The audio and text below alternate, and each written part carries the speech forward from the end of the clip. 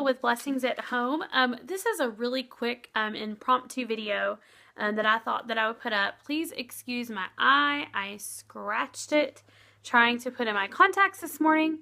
Contact wears, you know when you put your contact in inside out and you immediately know, and so I went to go like pull, I don't know, I was in a hurry anyway, scratched my eye.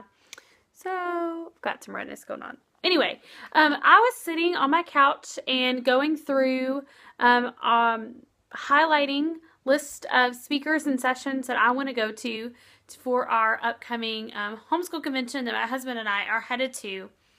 And I thought, oh, this would be a really great time to pop in really quick and just kind of give some of my tips from somebody that has been to a convention at least 7 times. This will be our 4th year going to Teach Them Diligently. We go to the one in Nashville. And I know before that I have been to the Great Homeschool Conventions in Cincinnati. I had been to it, well, I guess 4 times. So this will be my 8th homeschool convention. The first one I went to, we were not even homeschooling yet. I have a younger brother. My mother was homeschooling him at the time. And I was just kind of in the back of my head thinking, oh, yes, we're going to homeschool. This is what we're going to do. So I just kind of showed up. No plan whatsoever. I remember just kind of like wandering around the vendor's hall, like almost getting a headache. And also just wandering around in the lobby and just being amazed that, wow, I didn't know this many people homeschooled. So anyway, I thought I'd pop in and give some of my just kind of tips from a homeschool convention veteran. My first tip. Okay, I am back. Sorry, I got a note saying that my memory was full. I'm filming on my phone today, and I don't normally do that. And I'm also in the twins' bedroom because there's chaos going on out there. Kids are running in and out. My teenager's watching a movie downstairs. The twins are watching a movie upstairs. It's kind of a movie night. Anyway, so my tips for homeschool convention. Tip number 1, pre-register ahead of time to save money. When we leave Teach Them Diligently this year, there's going to be an opportunity to pre-register for Teach Them Diligently 2018. And more than likely, that is going to be the cheapest price available. Do you need something? That's okay. The cheapest price available, the early bird discount, the best you're going to get. So pre-register as early as you can. My next tip would be to also look to save money, would be to look for volunteer opportunities. Homeschool conventions run and thrive on volunteers. They need you, and so you can volunteer for a free registration. And then also the vendors as well are always, some of them are looking for volunteers to work their booths. I know Mystery of History is one, and I know of a few others, but I can't think of any more. But they look for volunteers to work their booths as well in exchange for a discount on their curriculum. Sorry, I couldn't think. Next would be to research your speakers beforehand. Are they authors of a book? Are they with one specific curriculum?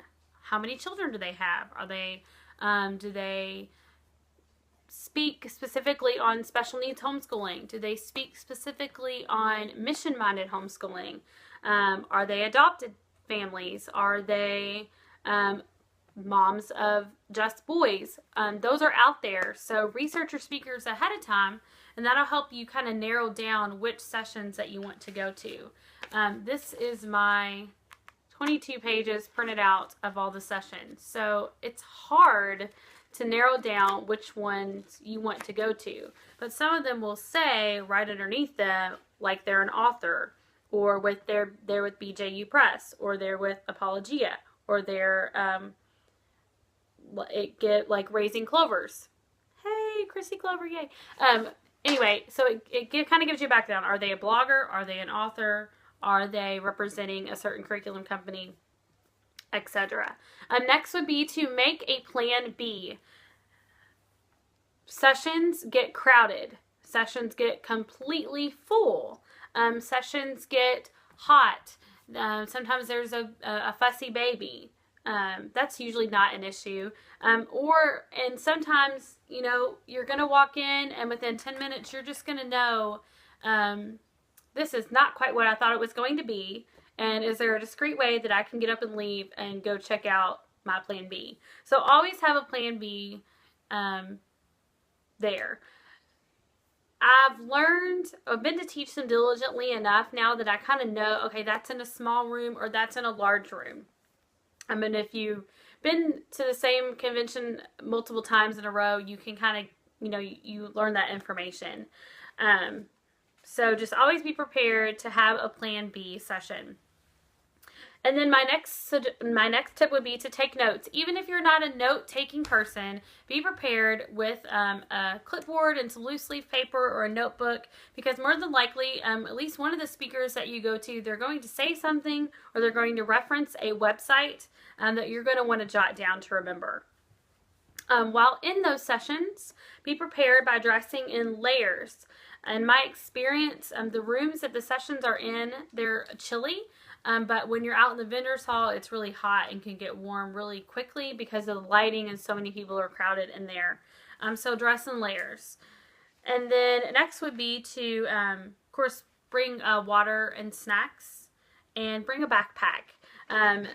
There's nothing worse than walking around for hours, even with a small amount of books, and having your arms just ache because even little books get heavy after holding them for an extended period of time. If you can, get yourself a rolling cart. They're not very expensive on Amazon. I know there's some on there for under $30. And even if you're not planning on purchasing a lot of curriculum, it's still great because you can put like a little lunch cooler down in there. You put your water bottles down in there.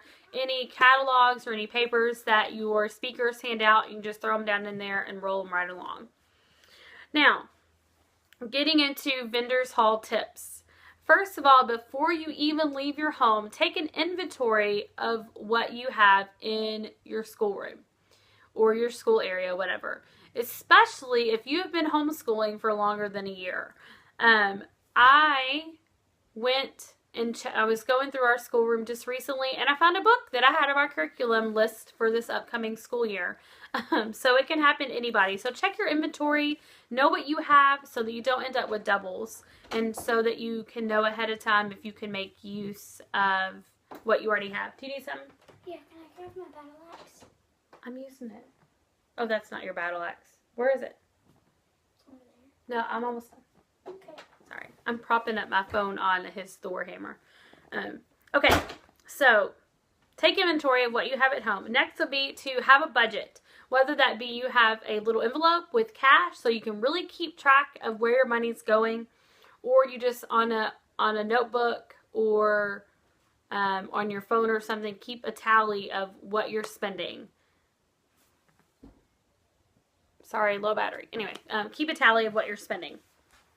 YWAM Publishing, Becca, BJU, things like that. I'm pretty sure that they all offer specific convention-only type of deals and discounts. And the next would be to keep a little highlighter or a pencil somewhere close where you can pull up that list of everybody that's in your vendor's hall. And so if you walk past somebody and you say, oh, this looks interesting, I don't have a whole lot of time to stand here and learn more, let me highlight it or put a little circle around it or something so that I know that, hey, this was something that I wanted to look into more. Whether that be something that you do later on that night or after you get back home from convention. And then lastly, ask questions. Ask questions in your sessions. Ask questions in the vendor's hall. Your speakers are there because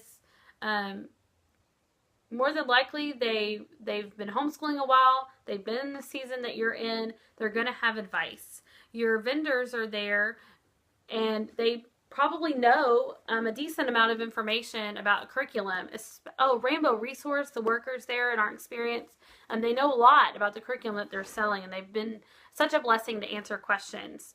And then very last thing, when you come home from a homeschool convention, you're going to have this mixture of inspiration and conviction. And I think that that is a healthy thing to have. Just make sure that you keep it balanced and try to remember that there is no such thing as a perfect homeschool day. There is no such thing as a perfect homeschooler.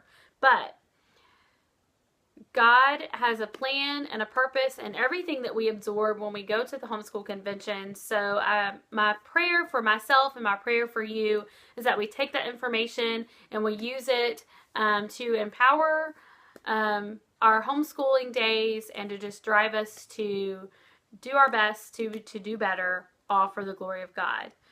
So that was my quick impromptu in my pajamas. Run a quote real quick into a quiet room and throw together a video. If you have any specific questions about Teach Them Diligently or homeschool conventions in general, feel free to comment down below and I will try my best to answer them as soon as I can. If you haven't subscribed, please do so. And if you like this video, give it a thumbs up. And I hope everyone is having a fantastic week on Monday. A fantastic start to your week. And we'll see you next time. Bye.